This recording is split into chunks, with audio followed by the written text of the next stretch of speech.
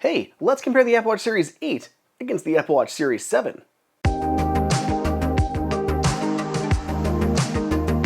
Welcome everybody to Apple Insider. It is Andrew here, and I have a few different Apple Watch models that I'm going to be walking through today. I'm going to be comparing the new Apple Watch Series 8 to the Apple Watch Series 7. There are a few differences that are important to note, so let's go ahead and dive into this, and I can give you some general information at the end on whether or not it's worth upgrading to the new models. Our natural point to begin is with the design, and the Apple Watch Series 7 and the Apple Watch Series 8 have very similar designs. They essentially look identical between the two of them, with a couple small differences. For starters, the Apple Watch Series 8 is now available in silver once again, much to people's excitement because Apple Watch was only sticking with Starlight and Midnight in the Apple Watch Series 7. There was no straight silver option, but that is back here for the Apple Watch Series 8. The other difference is with the cases. Apple Watch Series 7 came in 3 different case materials. You could choose aluminum, stainless steel, or titanium. The Apple Watch Series 8, on the other hand, only comes in 2 materials. You can choose stainless steel or aluminum.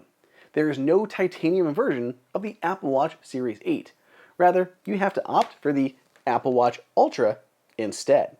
That is exclusively available in titanium. Just like in years past, the Apple Watch Series 8 comes in 41 and 45mm sizes. No changes there. Internally, Apple has moved to the new S8 SiP system and package. The S8 is what houses several of the different components for Apple Watch to operate, things like the ultra-wideband chip as well as the wireless components and the CPU.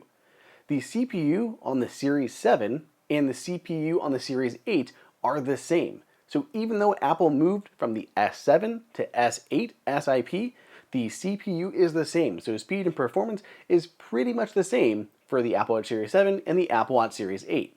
Apple did upgrade a few of the other components though. For example, Bluetooth has moved to Bluetooth 5.3 on the Apple Watch Series 8, and the Series 8 supports 2 updated sensors, a high G-force accelerometer, and an upgraded gyroscope. Those are used for crash detection. Apple used a bunch of different sensors in the Apple Watch Series 8, things like the barometer to detect a sudden pressure change, the gyroscope and accelerometer to detect an impact or shift in orientation. All of that, even the microphones to listen for the sound of a car crash to detect when you have been in an accident, then call emergency services on your behalf. All of that is new here in the Apple Watch Series 8. The Apple Watch Series 8 also has 2 new sensors, 2 temperature sensors.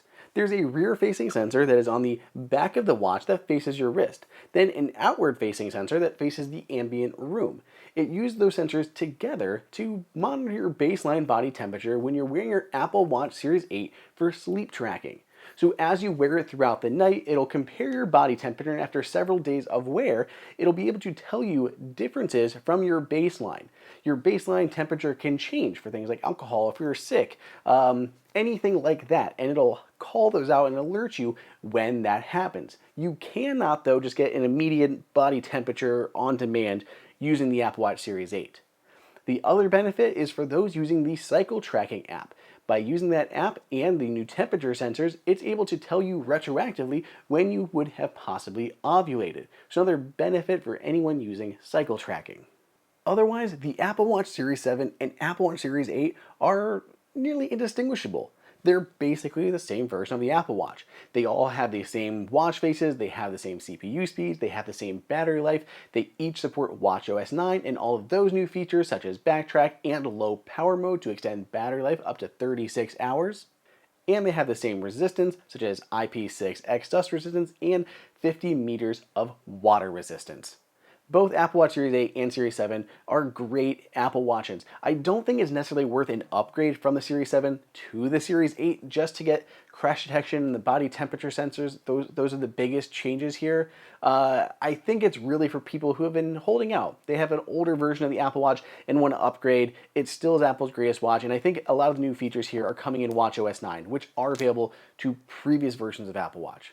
Let me know what you guys think. Do you think Apple Watch Series 8 is a big enough upgrade, or are you going to upgrade from an older version of the Apple Watch, or maybe you're going to get the Apple Watch Ultra. Let me know down below in the comments, or on Twitter at Andrew_OSU. Otherwise, stay tuned. I've got a lot more videos coming your way.